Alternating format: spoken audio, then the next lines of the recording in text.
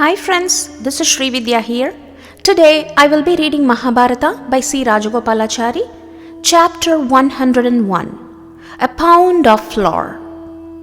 When Yudhishthira was crowned and installed as king after the Kurukshetra battle, he performed an Ashwamedha Yajna. As was the custom on occasions of this great horse sacrifice, all the princes of the land gathered on invitation, and the Yajna was completed in great splendor. The Brahmanas and the poor and the destitute people who had come in great numbers from all parts of the country received bounteous gifts. Everything was done in magnificent style and in conformity with the injunctions relating to the sacrifice.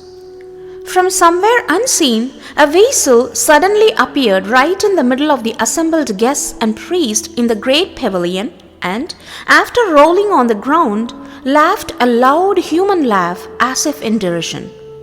The priests were alarmed at this strange and unnatural occurrence and wondered whether it was some evil spirit that had come to pollute and disturb the sacred rites.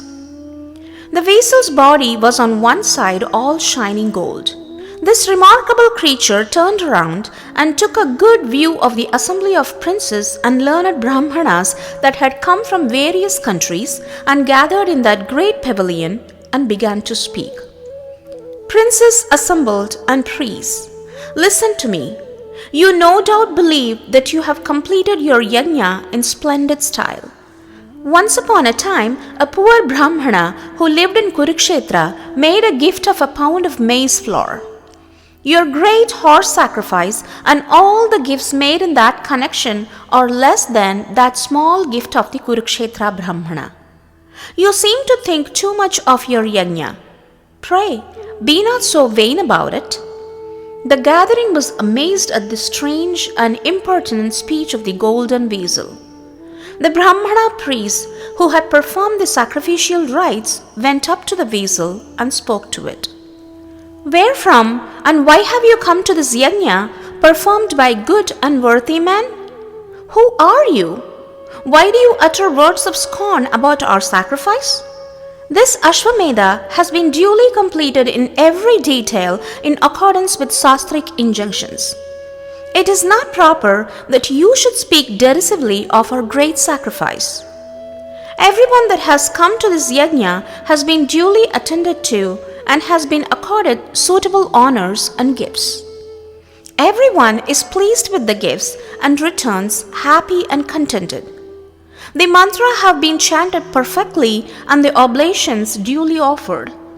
The four castes are pleased. Why do you speak as you do? Do explain yourself.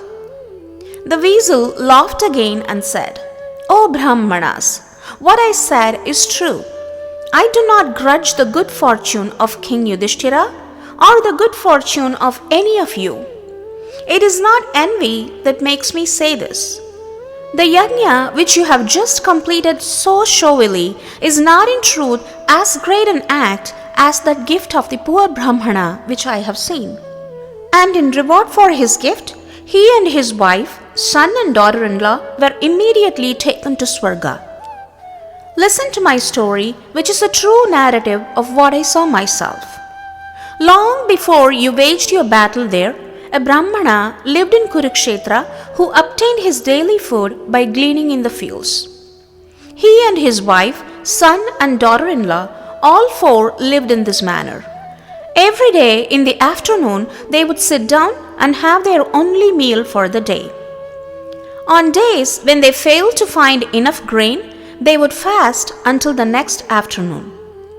They would not keep over anything for the next day if they got more than they required for the day. This was the strict discipline they had pledged themselves to observe. They passed their days thus for many years when a great drought came and there was famine all over the land. All cultivation ceased and there was neither sowing nor harvesting nor any grain scattered in the fields to be gleaned. For many days, the Brahmana and his family starved. One day, after wandering in hunger and heat, with great difficulty, they came home with a small quantity of maize which they had gathered. They ground it, and after saying their prayers, they divided the floor into 4 equal parts and, offering thanks to God, sat down eagerly to eat. Just then a Brahmana entered, and he was exceedingly hungry. Seeing an unexpected guest arrive, they got up and made due obeisance and asked him to join them. The pure-souled Brahmana and his wife and son and daughter-in-law were exceedingly delighted to have the good fortune of receiving guests at that juncture. O best of Brahmanas, I am a poor man. This flour of maize was obtained in accordance with dharma. Please accept this. May blessings attend on you, said the Brahmana of Kurukshetra, and gave his share of the flour to the guest. The guest ate it with avidity, but he was still hungry when he had finished. Seeing his hunger and unsatisfied look, the Brahmana was grieved and did not know what to do, when his wife said, Lord, give my share also to him. I shall be glad if his hunger got satisfied. Saying this, she handed her share of the flour to her husband to be given to the guest. Faithful one, said the Brahmana, the beasts and the birds and all the animals tend the females of their species with care. May man do worse? I cannot accept your suggestion. What shall I gain in this or in the other world if I leave you to starve and suffer hunger, you who helped me and served me to do the sacred duties of a householder's life? Beloved one, you are now skin and bone and famished and exceedingly hungry. How can I leave you to suffer in that condition and hope to attain any good by feeding the guest? No, I cannot accept your offer. You are versed in the Shastras, best of Brahmanas, replied the wife. Is it not true that dharma, artha, and all the objects of human activity are to the common and equal benefit of both of us who have been joined together? Do look on me with compassion and take my share of the flour and satisfy the requirements of our guest. You are hungry as I am, and you should not make any distinction between us. I entreat you not to deny my request. The Brahmana yielded and took the wife's share and gave it to the guest, who took it greedily and ate it. But he was still hungry. Great was the distress of the poor Brahmana of Kurukshetra. His son, who saw this, came forward. Father, here is my share. Give it to the guest who seems to be still hungry. I shall be indeed happy if we shall thus be able to fulfill our duty. The father's distress increased. Child, he exclaimed, old men can stand starvation. Youth's hunger is severe. I am not able to find it in my heart to accept what you say. The son insisted. It is the duty of the son to look after his father in his declining years. The son is not different from the father. Is it not said that the father is born afresh in his son? My share of the flour is yours in truth. I beg of you to accept what I give and feed this hungry guest.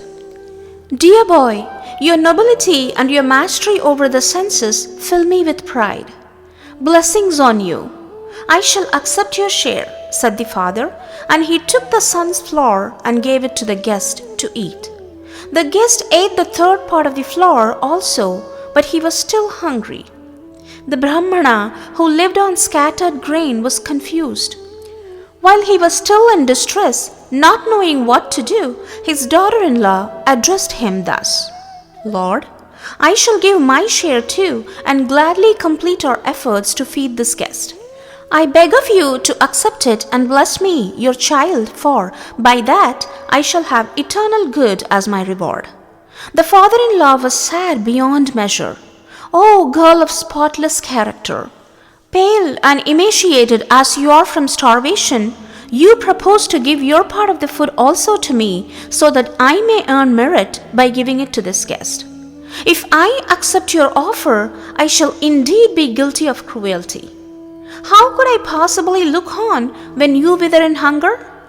The girl would not listen. Father, you are Lord of my Lord and Master, preceptor of my preceptor, God of my God. I implore you to accept my flour. Is not this body of mine dedicated wholly to serve my Lord? You should help me to attain the good. Do take this floor, I entreat you." Thus implored by his daughter-in-law, the Brahmana accepted her share of the floor and blessed her, saying, "Loyal girl, may every good be yours." The guest received the last portion avidly and ate it and was satisfied. Blessed is your hospitality, given with the purest intent and to the uttermost of your capacity. Your gift has leased me. Lo there, the gods are showering flowers in admiration of your extraordinary sacrifice. See, the gods and the Gandharvas have come down in their bright chariots with their attendants to take you with your family to the happy regions above. Your gift has achieved Swarga for you as well as for your ancestors. Hunger destroys the understanding of men. It makes them go aside from the path of rectitude. It leads them to evil thoughts. The pious, when suffering the pangs of hunger, lose their steadfastness. But you have, even when hungry, bravely set aside your attachment to wife and son and placed dharma above all else. Rajasuya sacrifices and the horse sacrifices completed in splendor would pale into insignificance before this great sacrifice you have done through this single act of hospitality. The chariot is waiting for you. Enter and go to Swarga, you and your family." Saying this, the mysterious guest disappeared.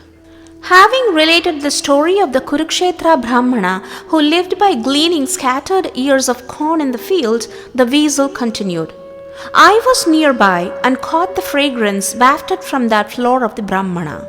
It made my head all gold. I then went and rolled in joy on the ground where some of the floor had been scattered. It made one side of me into bright gold. I turned on the other side, but there was no more floor left, and that part of me is still as it was. Desirous of getting my body made all gold, I have been trying every place where men perform great yajnas and penances. I heard that Yudhishthira was performing a yajna and came here believing that this sacrifice might come up to the standard, but I found it did not.